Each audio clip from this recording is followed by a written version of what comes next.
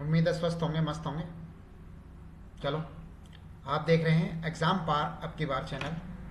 अभी तक अगर आपने सब्सक्राइब नहीं किया हो तो सब्सक्राइब कर लें, क्योंकि हमारा इस समय इस चैनल पर चल रहा है हमारा राजस्थान नाम की एक किताब चल रही है, जो कि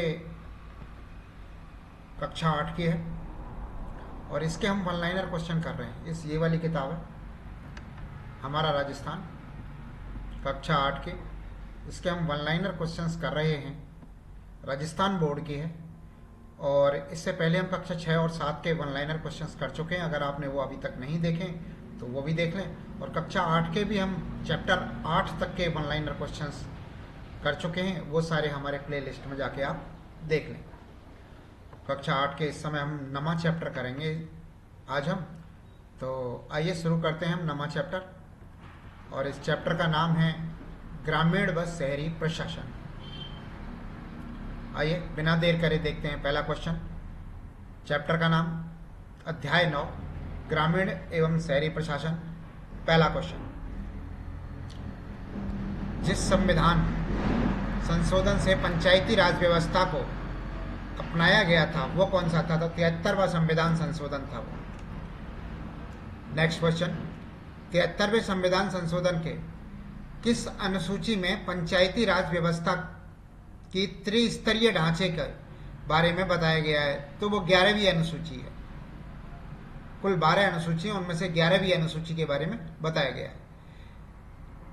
ग्राम पंचायत के अधीन कितने कार्य बताए गए हैं? तो 29 कार्य बताए गए, 29 वर्क ग्राम पंचायत के अधीन बताए गए। ग्राम पंचायत में कौन निर्वाचित होते हैं?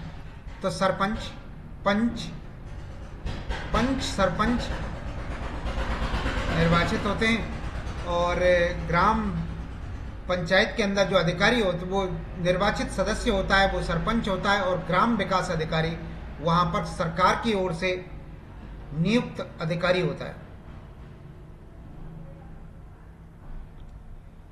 पंचायत समिति में कौन होता है? तो पंचायत समिति में जो प्रमुख होते हैं वो प्रधान निर्वाचित होता है, प्रधान प्रमुख होता है। और खंड विकास अधिकारी, जिसे वीडियो कहते हैं, वो प्रमुख ऑफिसर होता है। जिला परिषद में प्रमुख कौन होते हैं? तो जिला प्रमुख निर्वाचित सदस्य होता है, जबकि मुख्य कार्यकारी अधिकारी सरकार की ओर से नियुक्त अधिकारी होता है।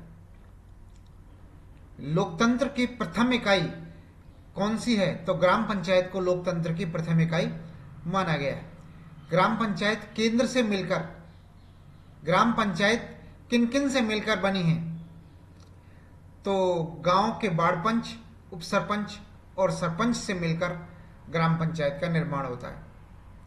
यानी कि ये प्रतिनिधि होते हैं, जनप्रतिनिधि होते हैं ग्राम पंचायत के अंदर। ग्राम पंचायत के चुनाव कौन कराता है? तो राज्य निर्वाचन आयोग ग्राम पंचायत का चुनाव कराता है। ग्राम पंचायत का कार्यकाल कितना होता है? तो 5 वर्ष होता है ग्राम पंचायत का कार्यकाल।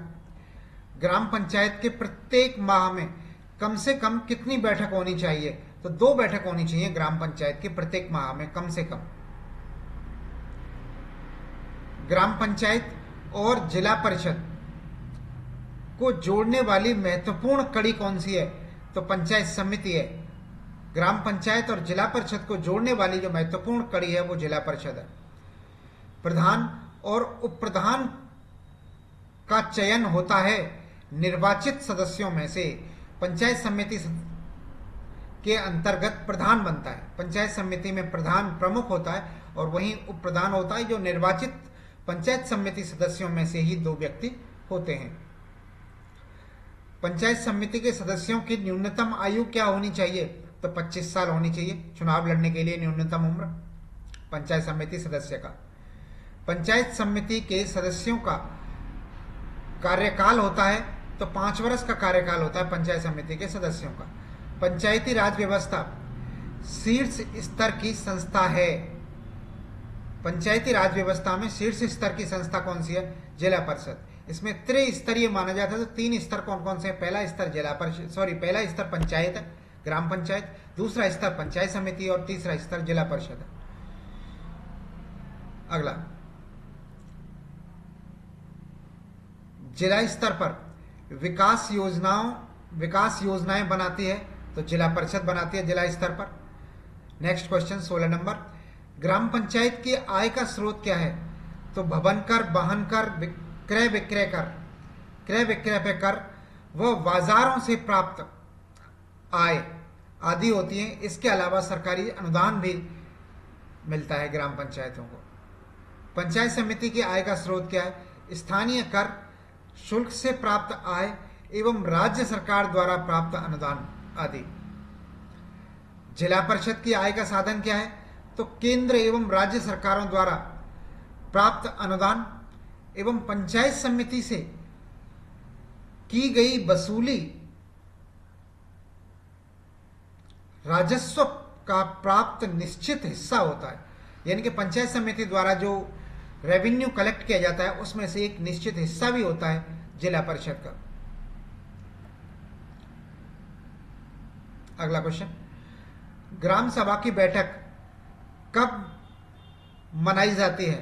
तो प्रत्येक 3 माह में एक बैठक बुलाई जाना जरूरी है, कंपलसरी है। प्रत्येक 3 माह में एक बैठक बुलाई जाना कंपलसरी है।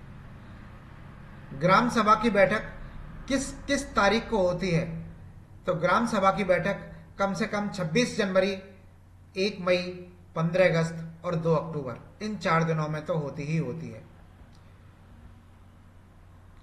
ग्राम न्यायालय एक्ट पारित हुआ था 2008 में, यह एक्ट पारित हुआ था, ग्राम न्यायालय एक्ट। राजस्थान में पहला ग्राम न्यायालय कहां पर स्थापित किया गया था?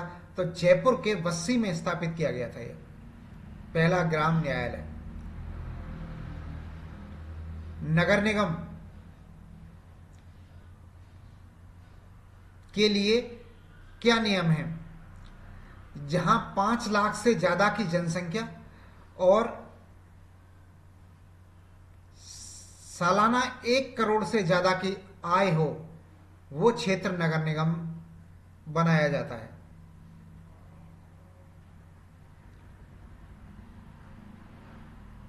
अगला क्वेश्चन 26 नंबर, जहां की जनसंख्या 1 लाख से ज्यादा और 5 लाख से कम हो उसे नगर परिषद बनाया जाता है। 27 नंबर, जहां की जनसंख्या 15,000 से ज्यादा हो और 1 लाख से कम हो उस क्षेत्र में नगर पालिका स्थापित की जा सकती है, यह नगर पालिका होती है।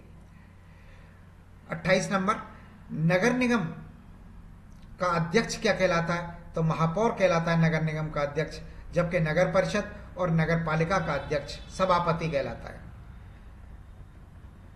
अगला क्वेश्चन 30 नंबर, नगर पालिका का अध्यक्ष क्या कहलाता है? तो नगर पालिका अध्यक्ष कहलाता है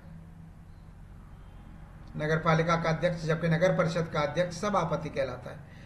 किस संविधान संशोधन में महिलाओं के लिए 1/3 सीटें आरक्षित की गई थी? तो ये 74वें संविधान संशोधन में की गई थी।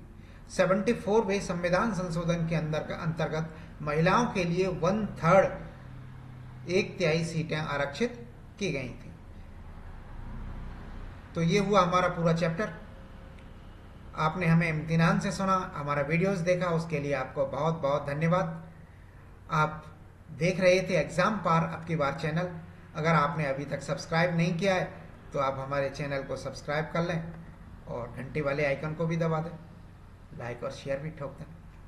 चलिए, इसी के साथ हमारा ये चैप्टर समाप्त होता है। धन्यवाद।